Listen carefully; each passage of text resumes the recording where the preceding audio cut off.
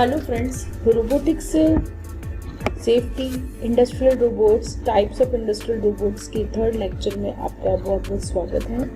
मैं Vaishali Agrawal first to coaching and consultancy की तरफ से आपका फिर से बहुत बहुत स्वागत करती हूँ। हमने पिछले 2 लेक्चर्स में देखा था कि इंडस्ट्रियल रोबोट्स की डेफिनेशन क्या है, उसका IS कोड क्या है और कितनी तरह के वो होते हैं as per mechanical structure. Classification of industrial robots as per mechanical structure हमने ये देखा था। इसमें मैंने ये दिखाई थी स्लाइड आपको। अब हम अगली चीज़ देखते हैं। अगर हम देखें आर्टिकुलेटेड रोबोट्स की बात करें तो इसके एग्जांपल्स जो कि इंडस्ट्रीज में लगे हैं, नाची होते हैं, नाची मेक के हैं, फानुक मेक के हैं, इस तरह के दिखते हैं आर्टिकुलेटेड रोबोट्स। फ्लेक्सिबल माउंटिंग के पॉसिबिलिटीज़ भी इसमें होती है। ABB के रोबोट्स है ये, जिसमें आपको वर्किंग रेंज ऑप्टिमाइज करके दे सकते हैं। इप्सन कंपनी के भी रोबोट्स आते हैं। फिर वेल्डिंग रोबोट्स में डायहन के हैं और कूका के हैं। तो ये कई तरह के रोबोट्स होते हैं। नाची, फानुक, ABB, इप्सन, डायहन, कूका, ये स्पेशली कंपनीज है जो रोबोट्स बनाती हैं आर्टिकुलेटेड। कुछ और एग्जांपल देखते हैं। ये कंपनी का डर कंपनी है। ये swingarm is an articulated robot combined with SCARA elements. ये एक आर्टिकुलेटेड रोबोट है जिसमें स्कारा एलिमेंट्स भी इंक्लूड करके बनाया गया है इसको। ये देख सकते हैं, इसका ये फोटो है दोनों। फिर डिफरेंट ड्यूअल आर्म रोबोट्स, तो ये यूनिवर्सल रोबोट्स है ये, और ये इप्सन के रोबोट्स हैं, कोमाऊ के हैं, ABB के रोबोट्स हैं, फिर शंक के हैं, यास्कावा के हैं। तो ये हम देख सकते हैं ये रोबोट्स है कितनी तरह के। देखिए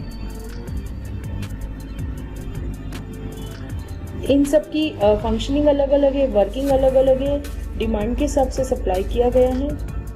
और देखते हैं examples of applications of articulated robots. Application के हिसाब से उनकी दिखते हैं, जैसे handling for metal casting. Metal castings को हैंडल करने के लिए कोमाऊ के यूज़ किए जाते हैं रोबोट्स। फिर पैकेजिंग के लिए कावासाकी के लिए यूज़ किए जाते हैं।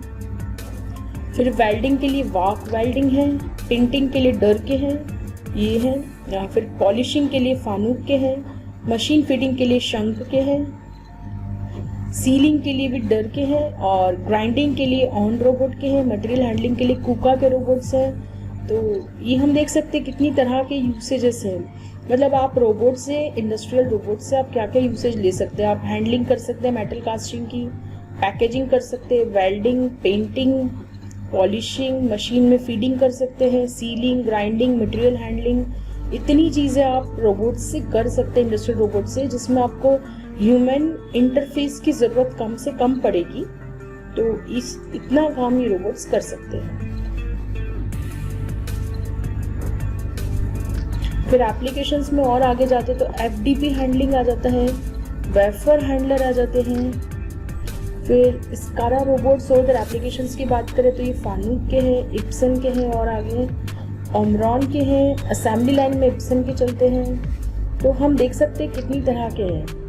फिर एग्जांपल्स देखें लीनियर, कार्टेशियन और गैंट्री रोबोट्स के लिए। तो लीनियर रोबोट में विटमैन के हैं, गैंट्री रोबोट में गुडिल के हैं।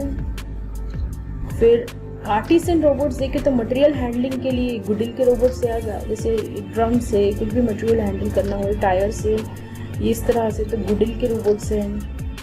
फिर मशीन फीडिंग के लिए विटमैन है, और हैंडलिंग फॉर प्लास्टिक मोल्डिंग के लिए भी विटमैन है। मतलब इतने सारे इंडस्ट्रियल यूसेज इन रोबोट्स के, जैसे कि आपको और भी कुछ मटेरियल हैंडलिंग है, प्लास्टिक मोल्डिंग हैंडलिंग है, मशीन फीडिंग है, उसमें कितनी वैरायटीज़ है मशीन फीडिंग्स में भी। और फिर पैरेलल रोबोट्स की एग्जांपल देखें तो ओमरॉन का है, ये फानुक मेड का है, ये पिकिंग और प्लेसिंग के काम में भी आते हैं। Parallel robots mainly picking and placing के काम में आते हैं, असेंबली लाइंस में होते हैं। ये ओमरॉन कंपनी का है पिकिंग एंड प्लेसिंग का, असेंबली में ABB मेक का लगा हुआ है। फिर हैंडलिंग के काम में आते हैं, फानुक मेक के भी है, ये पिकिंग एंड प्लेसिंग में फानुक मेक के हैं। पैरेलल रोबोट्स का मेनली काम असेंबली लाइंस में पिकिंग और पैकिंग में है, और असेंबली लाइंस। तो हम देख सकते हैं कितनी तरह के इंडस्ट्रियल रोबोट्स हैं और उनके एप्लीकेशन के हिसाब से वो डिज़ाइन किए गए हैं।